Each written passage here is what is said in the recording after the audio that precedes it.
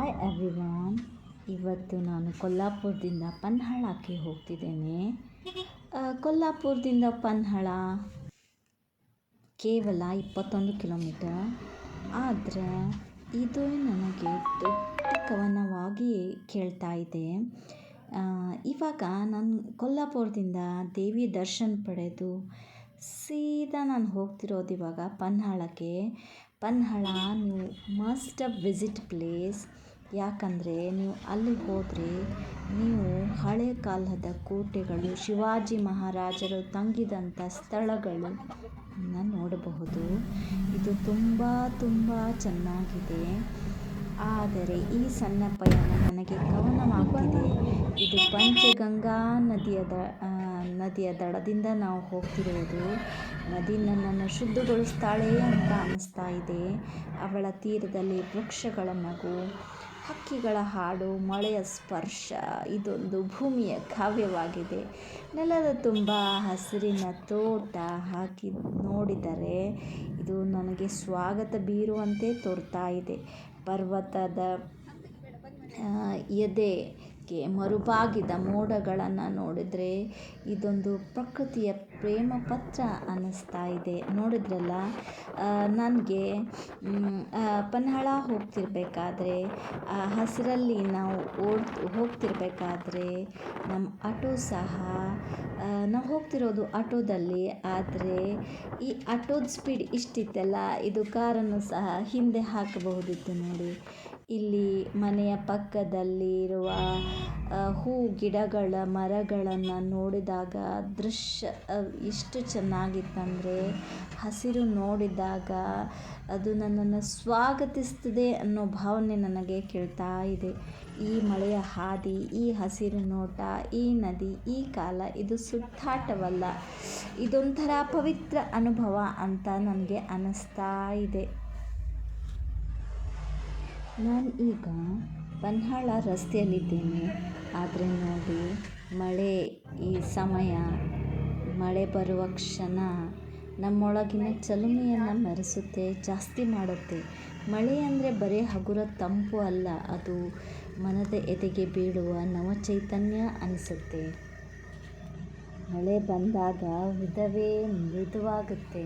ಮೊದಲ ಹನಿ ತಲೆ ಮೇಲೆ ಬಿದ್ದರೆ ಮನಸ್ಸಿಗೆ ಏನೋ ಒಂಥರ ಆಗುತ್ತೆ. ನೀರು ಬಿದ್ದಾಗ ಹಸಿರಿಗೆ ಜೀವ ತುಂಬುತ್ತೆ. ಮೋಡಲ ಬಾನಲ್ಲಿ ಮೋಡಗಳ ನಾಟ್ಯ ಆರಂಭವಾಗುತ್ತೆ.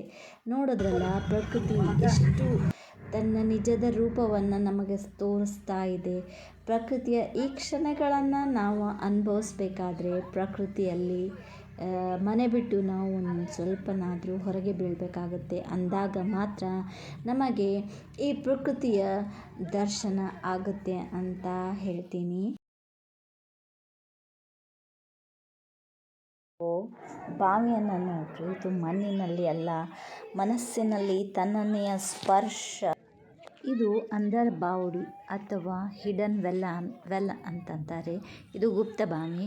ಇದು 3 ಅಂತಸ್ತಿನ ರಚನೆಯಾಗಿದ್ದು ಅಂಕುಡೊಂಕಾದ ಮೆಟ್ಟಿಲುಗಳನ್ನು ಹೊಂದಿದೆ. ಇದು ಪನ್ಹಾಳದ ಕೋಟೆಯ ಮುಖ್ಯ ನೀರಿನ ಮೂಲವಾಗಿರುತ್ತದೆ. ಸೈನಿಕರು ಶಾಶ್ವತವಾಗಿ ನೆಲೆಗೊಳ್ಳಲು ಮತ್ತು ಗುಪ್ತದಾರಿಯ ಮೂಲಕ ತಪ್ಪಿಸಿಕೊಳ್ಳಲು ಇದನ್ನು ನಿರ್ಮಾಣ ಮಾಡಿದ್ದಾರೆ. ಇದರೊಳಗೆ ಮೊದಲೇನಾಗ್ತಿತ್ತು, ಯುದ್ಧವಾದಾಗಲೆಲ್ಲ ಮೊದಲು ಮುಖ್ಯ ನೀರಿನ ಮೂಲವನ್ನೇ ವಿಷಪೂರಿತ ಮಾಡ್ತಿದ್ರು. ಅದಕ್ಕಾಗಿ ಅದನ್ನೆದುರಿಸಲು ಆದಿಲ್ ಶಾ ಅಂದರ್ ಬಾವಡಿ ಅಥವಾ ಗುಪ್ತ ಬಾವಿಯನ್ನು ಕಟ್ಟಿಸಿದ್ರು ಅಂತ ಅಂತಾರೆ. ಇದು ನೋಡಲಿಕ್ಕೆ ತುಂಬ ರಮಣೀಯವಾಗಿದೆ. ಇದರೊಳಗೆ ಗುಪ್ತ ಮಾರ್ಗಗಳಿವೆ. ಇದು ಕೋಟೆಯ ಅಥವಾ ಆ ಕೋಟೆಯ ಹೊರಗೆ ಹೋಗಲು ಗುಪ್ತ ಮಾರ್ಗಗಳಿವೆ. ಇದು ಒಂಥರ ಹವಾಮಾನ ನಾನು. ಇದು ಒಂಥರ ಗುಪ್ತ.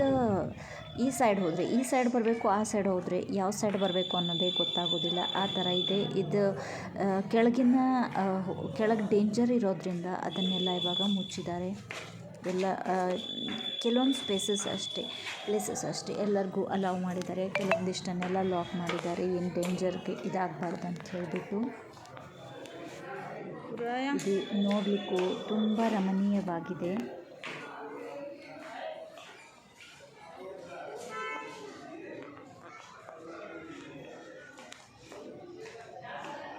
ನೋಡಿದ್ರಲ್ಲ ಎಷ್ಟು ಚೆನ್ನಾಗಿದೆ.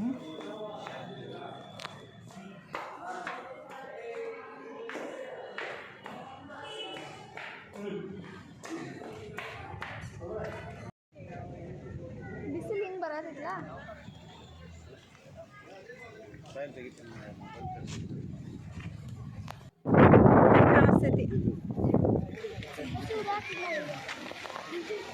ನೋಡಿದ್ರಲ್ಲ ಎಷ್ಟು ಜನ ಇದ್ದಾರೆ.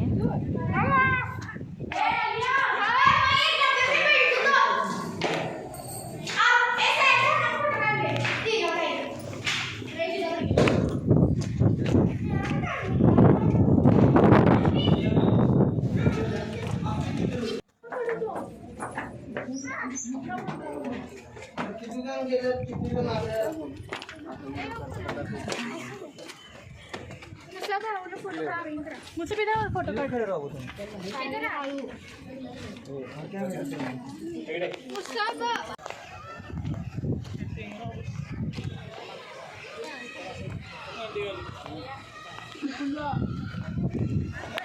ಇಲ್ಲಿಯ ರಮಣೀಯ ದೃಶ್ಯವನ್ನು ನೋಡಬೇಕಂದ್ರೆ ಇಲ್ಲಿ ಒಂದು ಸರ್ತಿ ಬರಲೇಬೇಕು. ಬಂದಾಗಲೇ ತಾನೇ ನಿಮ್ಗೆ ಗೊತ್ತಾಗೋದು ಇಲ್ಲಿ ಏನಿದೆ ಅಂತ. ಸೊ ನಾನು ಹೇಳೋ ಪ್ರಕಾರ ನೀವು ಇಲ್ಲಿ ಒಂದು ಸರ್ತಿ ಬಂದ್ರೇ ನೀವು ಅದನ್ನು ಅನುಭವಿಸ್ಬೋದು. ನಾನು ಡಿಸ್ಕ್ರಿಪ್ಷನ್ ಬಾಕ್ಸ್ನಲ್ಲಿ ಇಲ್ಲಿ ಏನೇನಿದೆ ಅಂತ ಎಲ್ಲ ಕೊಟ್ಟಿದ್ದೇನೆ. ನೀವು ಅದನ್ನು ನೋಡಿ. Thank you for watching.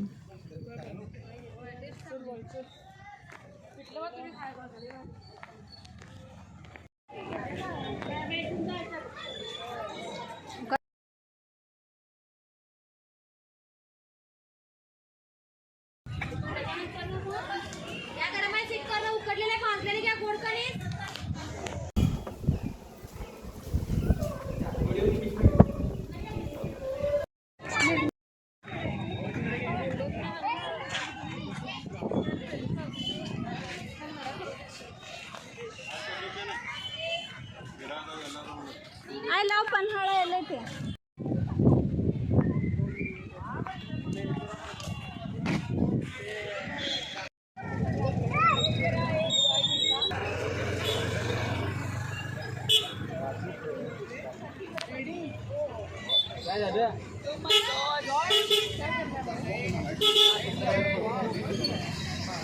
ಇದು ಪನ್ಹಾಳದಲ್ಲಿರುವ ಬಾಜಿ ಪ್ರಭು ದೇಶಪಾಂಡೆ ಅವರ ಪ್ರತಿಮೆ.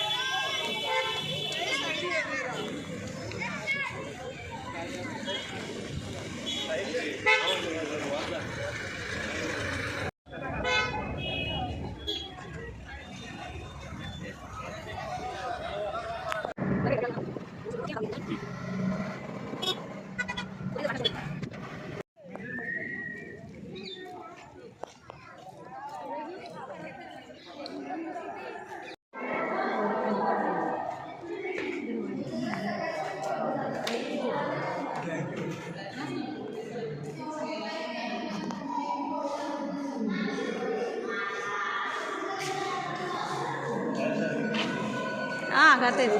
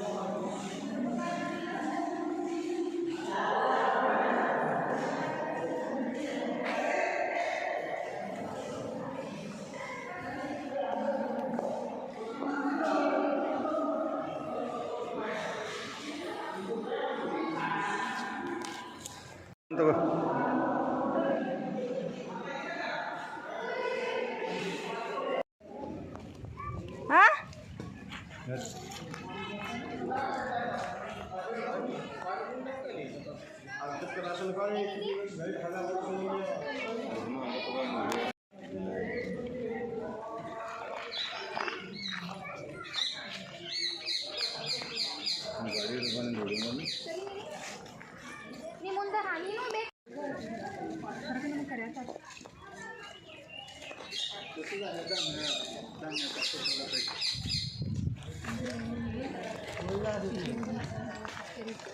आणखी पप्पल देखील पप्पल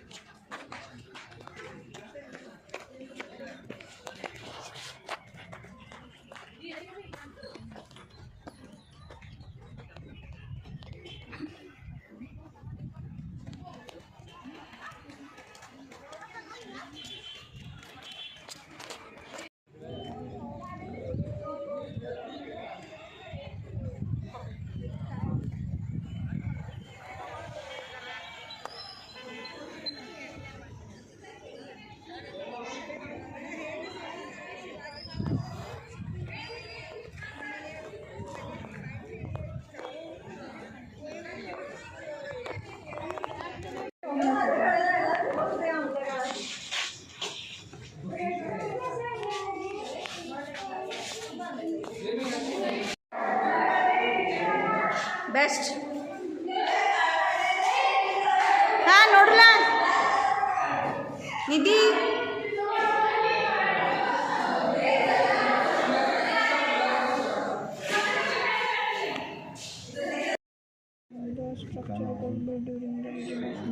ಬಿಜಾಪುರ್ ಕಿಂಗ್ ಅಂತ ನೋಡುವ ಇಬ್ರಾಹಿಂ ಆದಿಲ್ ಶಾ ಬೈ ಮಕ್ಸದ್ ಅಕ್ಕ ಇನ್ ಶೂರ್ ಸಾನ್ ಇದ್ರ ಮಕ್ಸದ್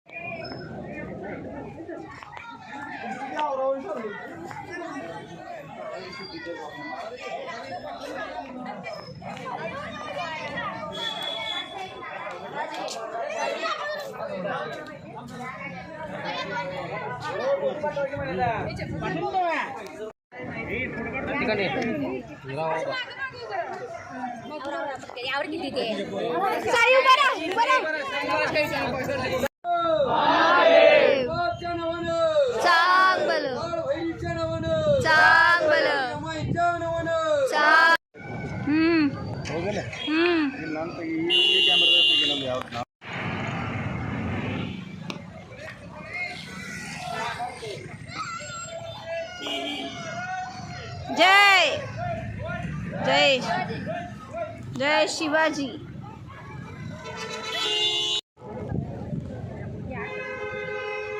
शिवाजी तगदील इंपॉर्टेंट है